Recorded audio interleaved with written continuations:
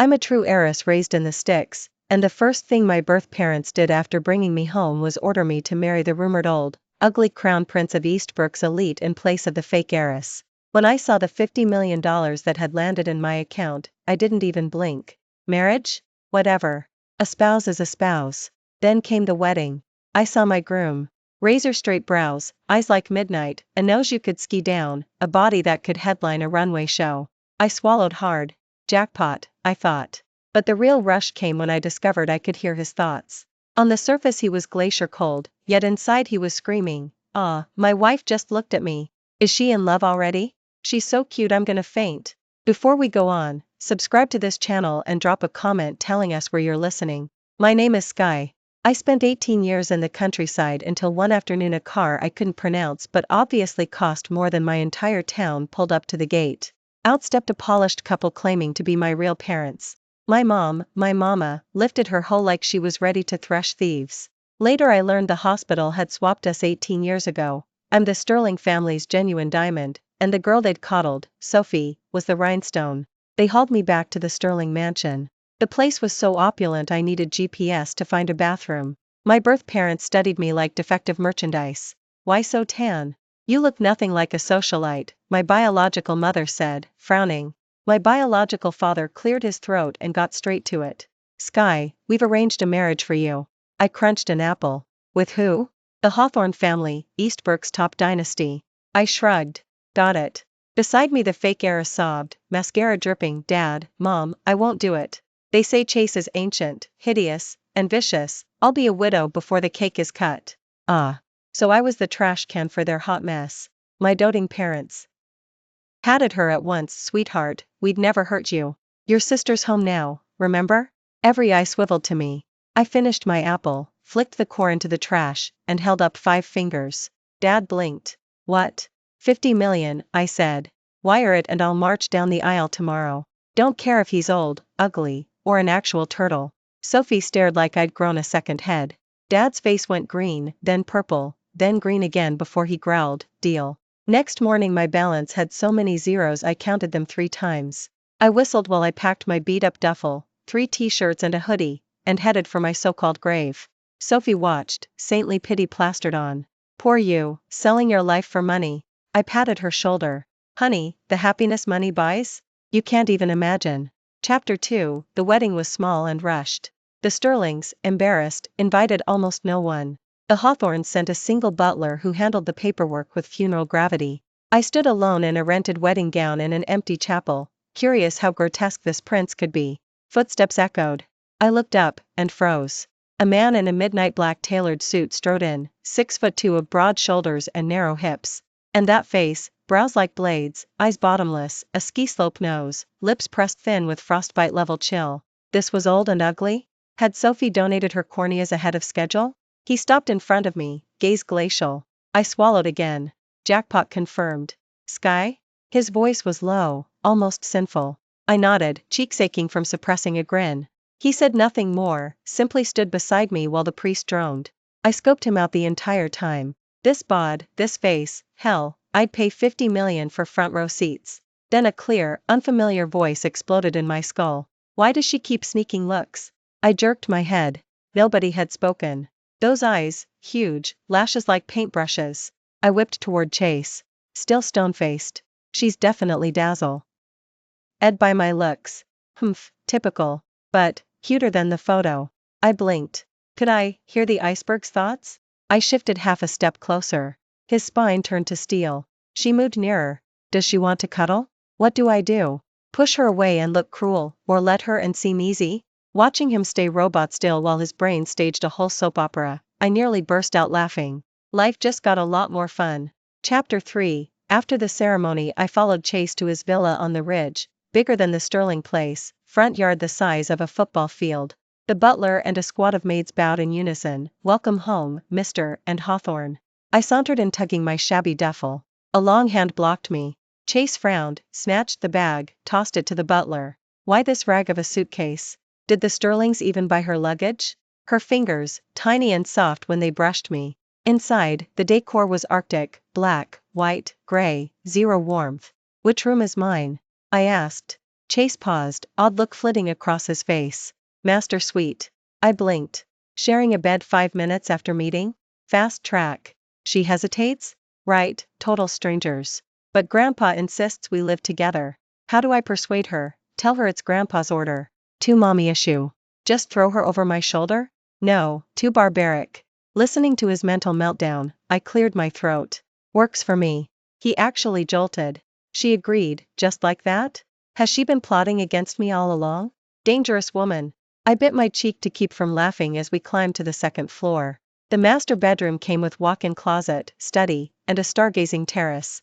I beelined to the giant window and the beanbag beneath it. I unzipped my duffel and shook out my 3 faded t-shirts and 1 pair of jeans. Chase watched, eyebrows knitting tighter with each shabby item. That's it? Did the Sterlings go bankrupt? Tomorrow Cole ships every new season collection. My wife will not wear rags. I grinned inside. 50 mil for a hot husband plus lifetime credit card? Bargain of the century. Night.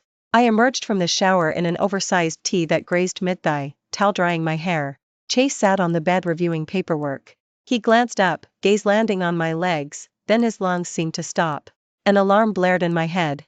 She's dressed like that? Doesn't she know men are visual? She's seducing me, definitely seducing me. Those legs, porcelain and endless. Control yourself, Chase. You have principles. He shot upright, grabbed the paperwork, and bolted into the study. Slam. I collapsed on the bed laughing. The feared crown prince of Eastbrook? A blushing virgin. Chapter 4, Morning. Hunger woke me.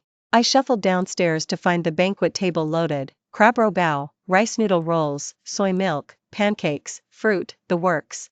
Chase presided, sipping coffee. He flicked a cool glance my way. Bed head, drowsy eyes, like a sleepy kitten.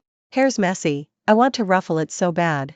I parked opposite him and inhaled 3 crab roe bao, 2 glasses of soy milk, and a plate of rice noodle rolls. Efficiency. The butler and maids looked traumatized. Whatever, fuel is fuel. She eats with such joy. Watching her makes me hungry too. Did she never get proper food in the countryside? Poor thing. Chase set his cup down. Kitchen still loaded, order more if you want. My mouth was full, so I gave him a thumbs up. She answered me, so adorable. I nearly snorted soy milk. Dude, your filter is broken. Stuffed, I flopped on the living room couch in triumph. Cole arrived with 10 assistants lugging towers of shopping bags. Hawthorne had these prepared for you. They unpacked clothes, shoes, bags, jewelry, an entire boutique. I picked up a handbag, no clue about the brand, but the leather screamed expensive. She likes it. Buy every model from that line. I almost dropped the thing. No, these are plenty. Chase studied me. Is she being polite? Does she hate these brands? Of course, she's unique, her taste must be special. He turned to Cole. Invite every haute couture designer to the estate tomorrow for private fittings. Cole, yes, sir. Me, I only wanted to save him money, not bankrupt him faster. Chapter 5, That afternoon, my bestie Lindsay stormed in. The second she stepped through the door, the spectacle stunned her. Holy crap, Sky, did you marry a king? She stared at the Lux loot everywhere, jaw on the floor. I tipped my chin smugly. Standard operating procedure. Lindsay patted me down. Nice, Sky.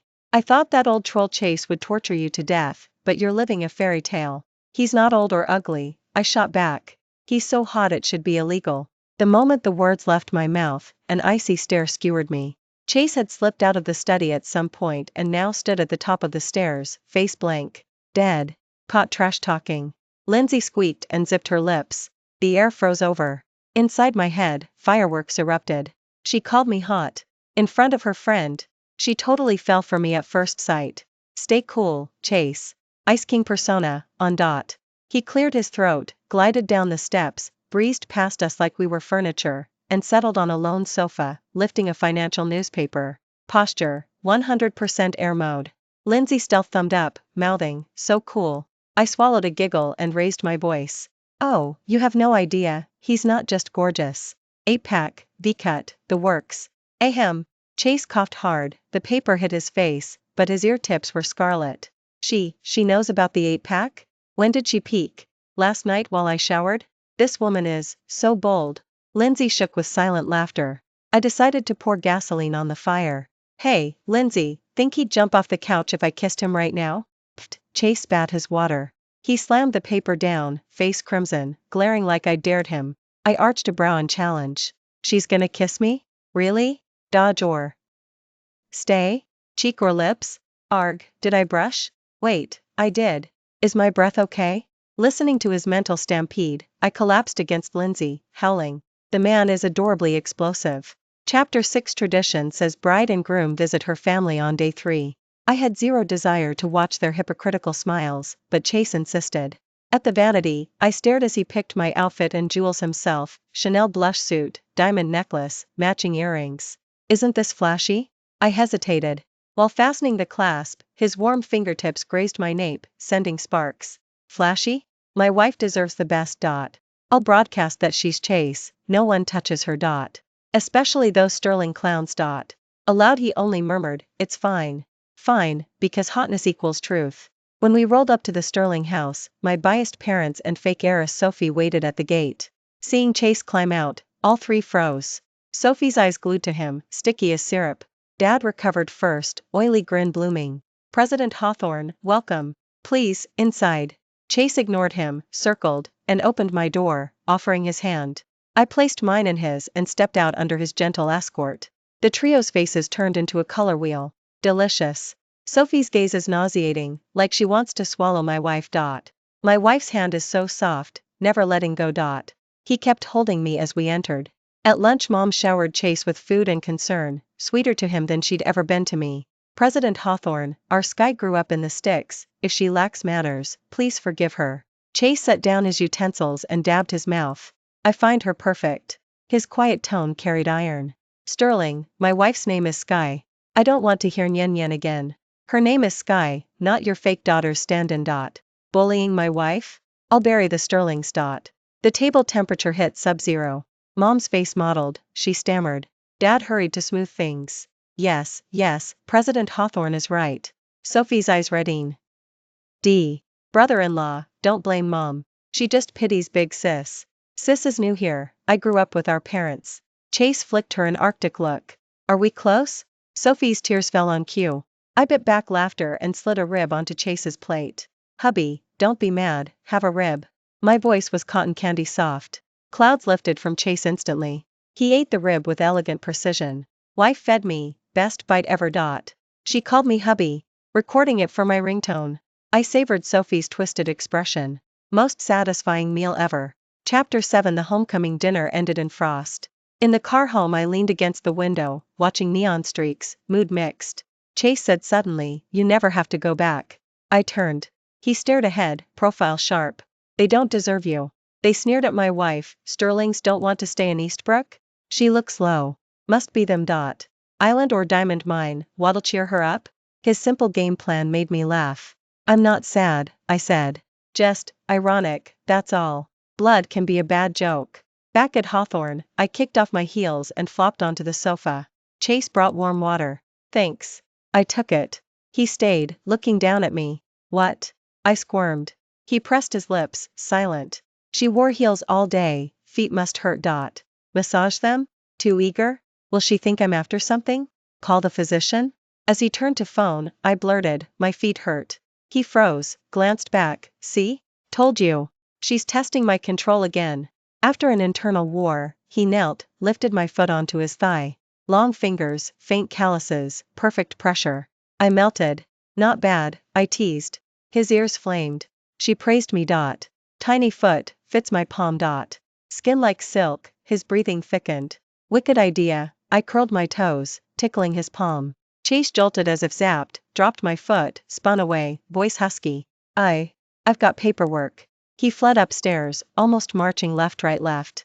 I laughed till I nearly fell off the sofa. Teasing him is addictive. Chapter 8. Sophie wouldn't quit. She somehow scored Chase's private number and spammed him, 800 texts a day. How are you, bro-in-law? Does sis bully you? I'm here if you're sad. Green tea classics. I read each one aloud while he sat across from me, face darkening. Psycho much?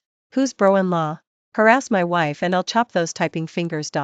Finished, I tossed the phone back. What's your plan for this fan club? I drawled. Chase blacklisted Sophie in one swipe, then looked up, almost, aggrieved? Is she mad? She must think I encouraged Sophie. How do I explain? I can't even recall Sophie's face. Seeing him mentally combust, I grinned. I'm not angry. He didn't buy it. Women say fine when they're ready to explode. He paced like a caged lion, finally stopped, raised 3 fingers solemnly. I, Chase, swear on everything, zero connection with Sophie. Heart, body, only you. If I lie, let me. I slapped a palm over his mouth. Enough, I believe you. His lips were soft, cool. Heat crawled up my face. He froze, eyes wide as a startled deer. She touched my mouth. Voluntarily. So soft, sweet, kiss her now? Too fast? Who cares? Just as his inner hero charged, I yanked my hand back. Getting water, I blurted and escaped. Any longer and I'd have pounced. Even with my back turned I felt his scorching, resentful stare. Run away? Flirt and bail? Sky. You irresponsible woman. Chapter 9. Chase's company through a huge charity gala. My attendance was required. I hate such dog and pony shows, too much fuss. But Chase mentioned a Michelin 3-star dessert buffet on site. I caved.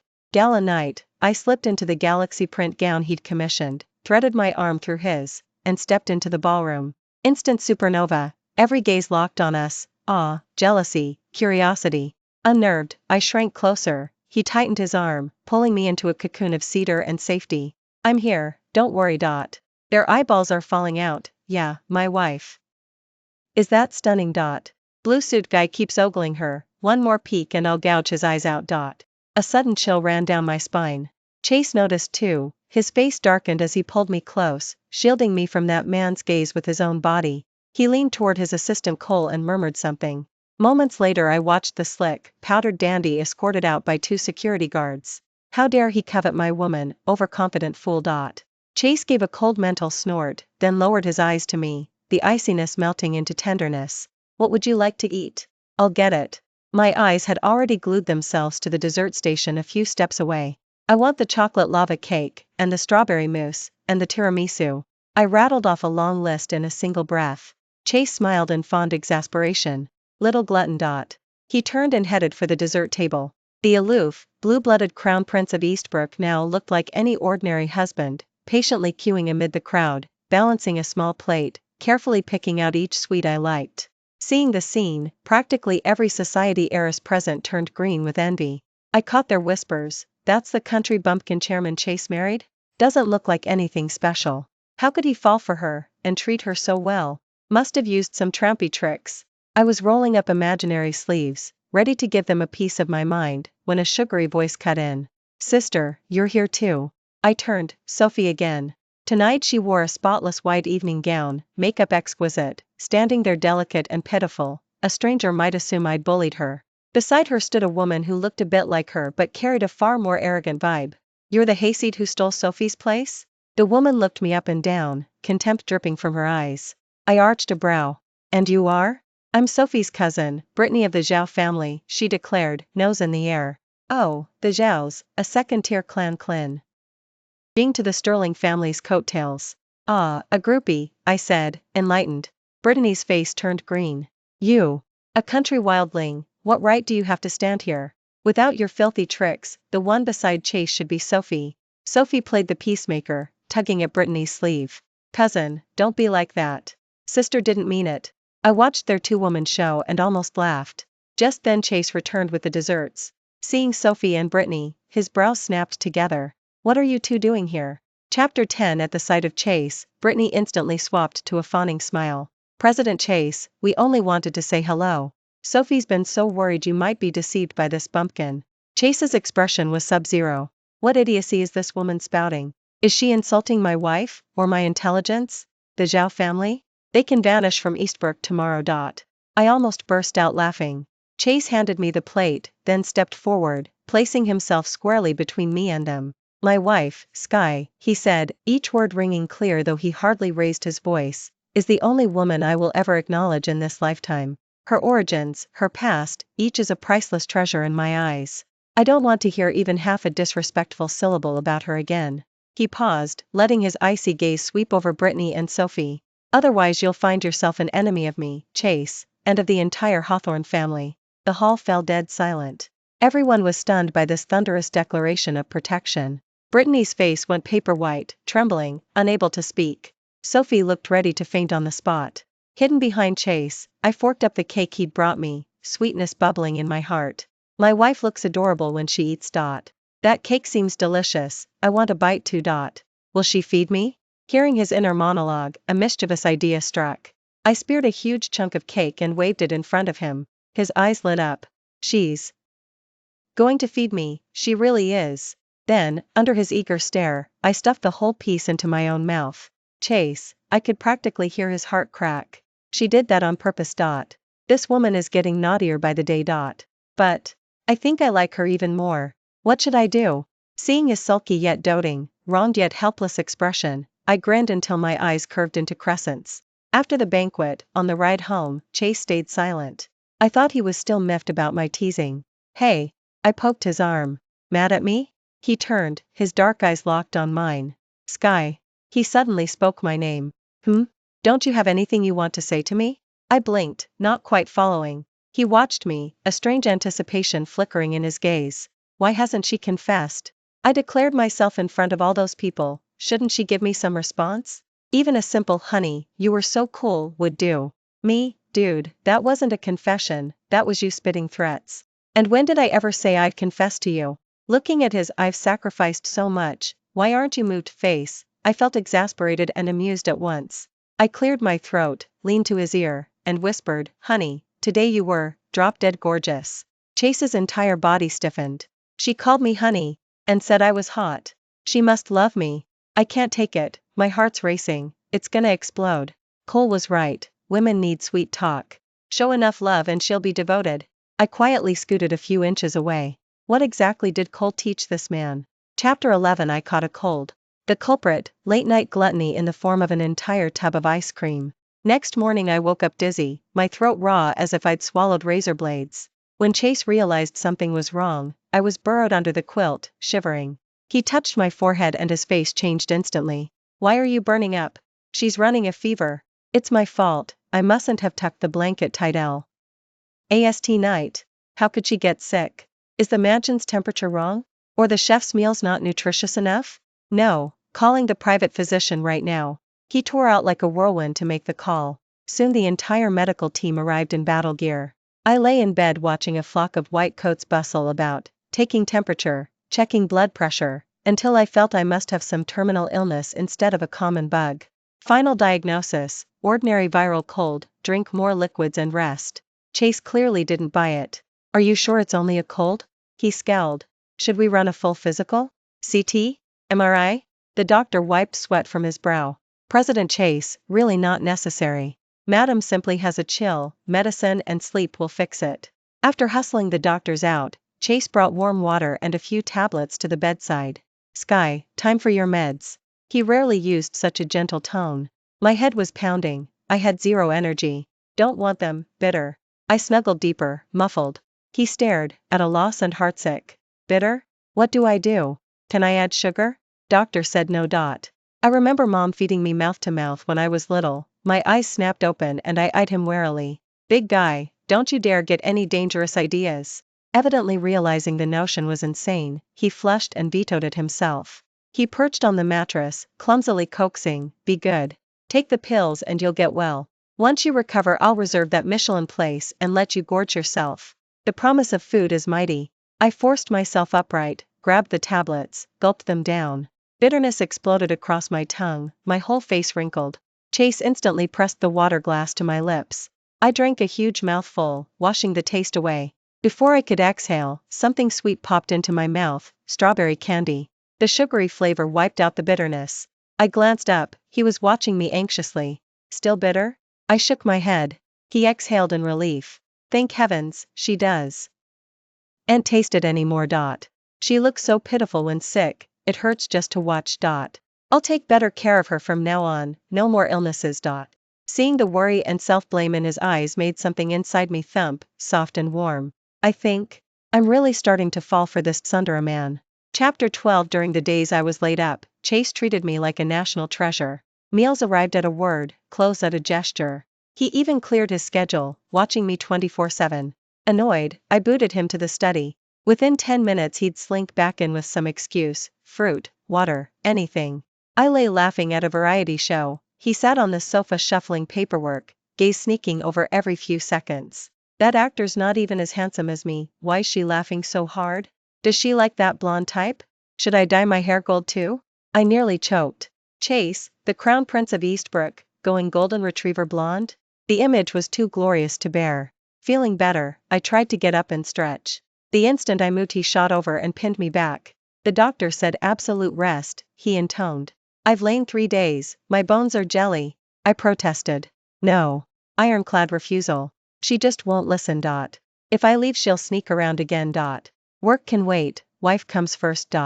So he dragged a chair bedside, reviewing documents while keeping me under surveillance.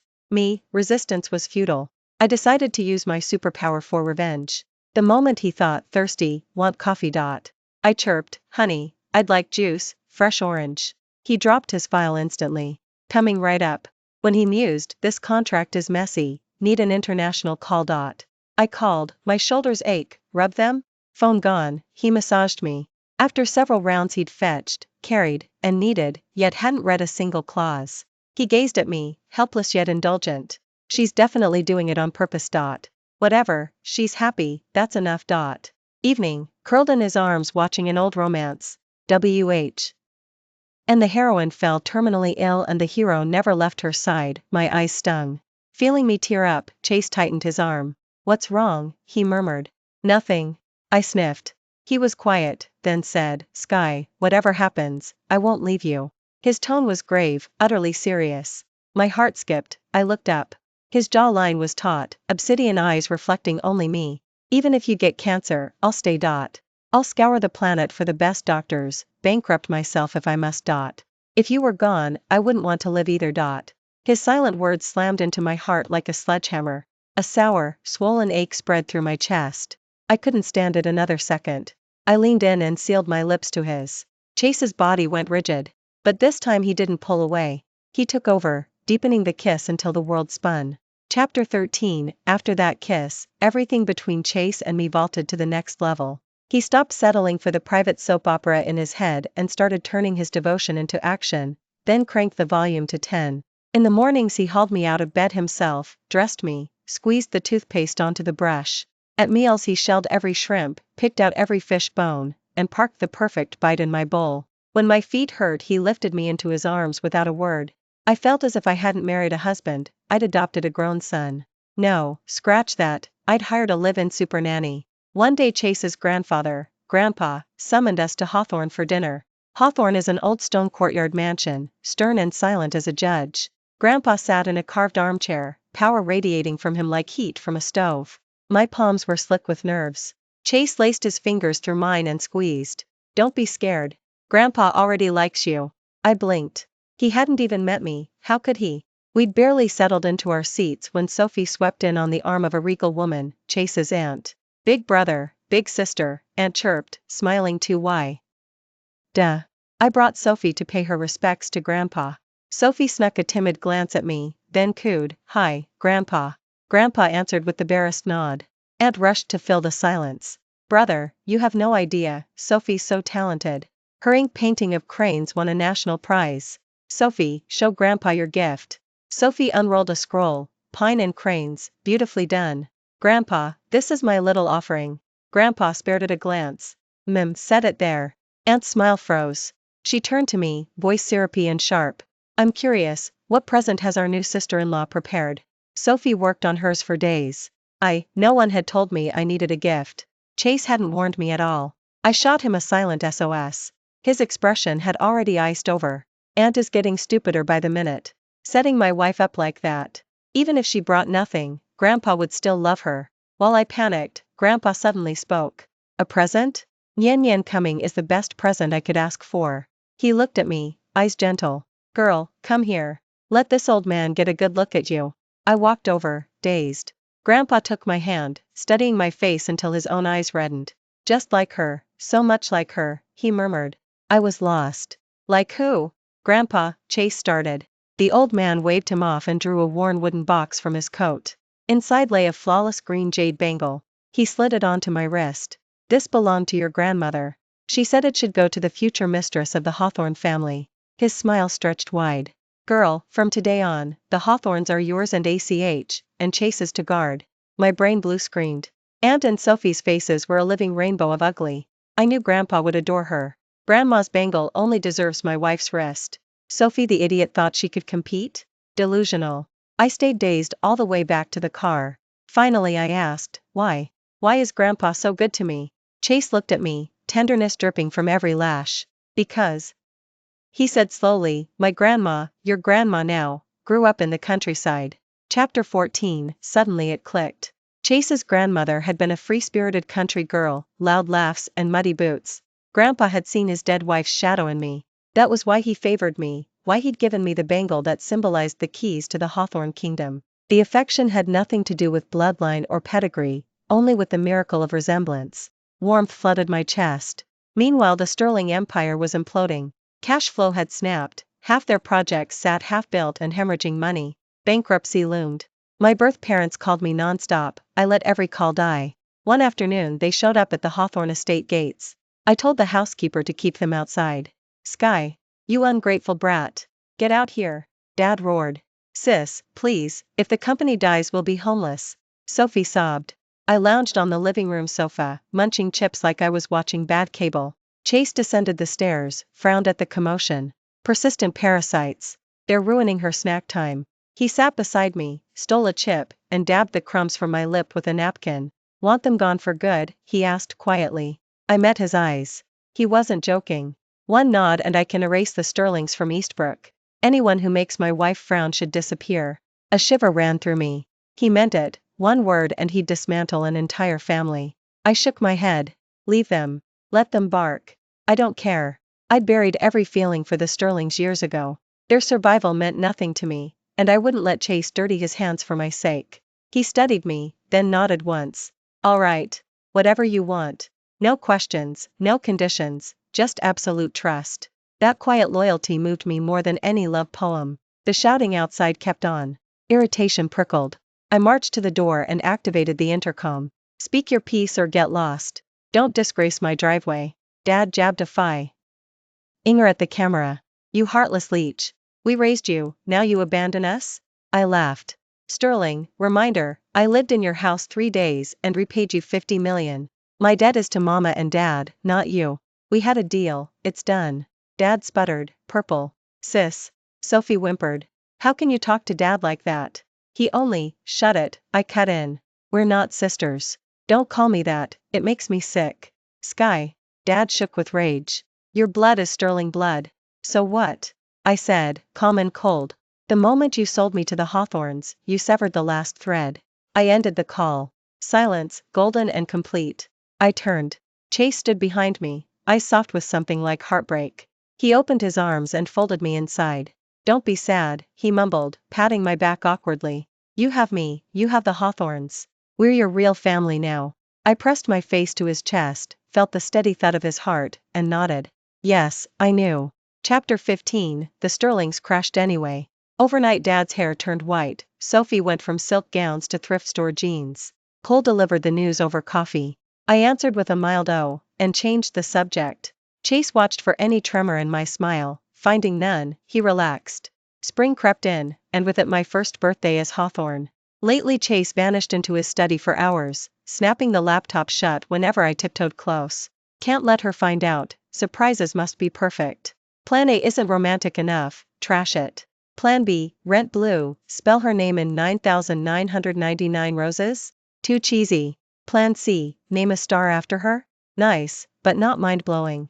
I eavesdropped on his mental storm and bit my cheeks to keep from laughing. The morning of my birthday he dragged me out of bed, zipped me into a cloud-white dress, and blindfolded me with a silk ribbon. What are you plotting? I giggled. You'll see.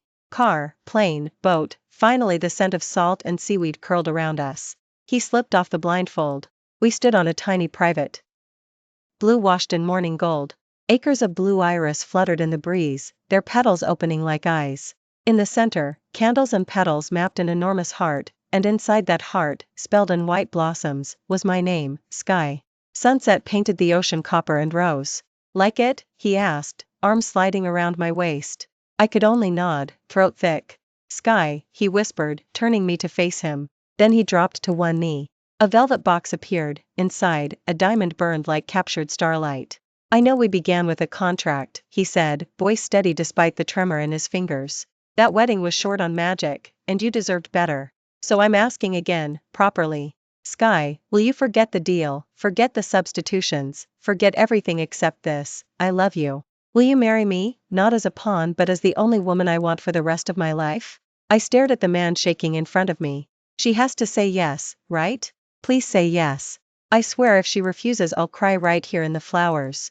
A laugh burst out of me, messy and happy, tears racing down my cheeks. I shoved my left hand at him. Yes, of course yes. Relief exploded across his face. He slid the ring home, leapt up, and swept me off my feet, spinning us until the island blurred. My wife, he shouted into my ear. You're my wife, my real wife. I thumped his back, dizzy with joy. I always was, dummy. Not like this. He set me down but didn't let go. Foreheads touching, we breathed the same air and grinned like fools. The wind carried the scent of iris and ocean, and inside my head I heard him, soft and certain, I finally have my whole world. Looking at this man, cool marble on the outside, wildfire within, who loves me beyond reason, I knew exactly how he felt. So did I. Thanks for listening to today's story. If you loved it, hit like and share with friends. Drop a comment and tell us what you think. Don't forget to subscribe so you never miss an episode. See you next time.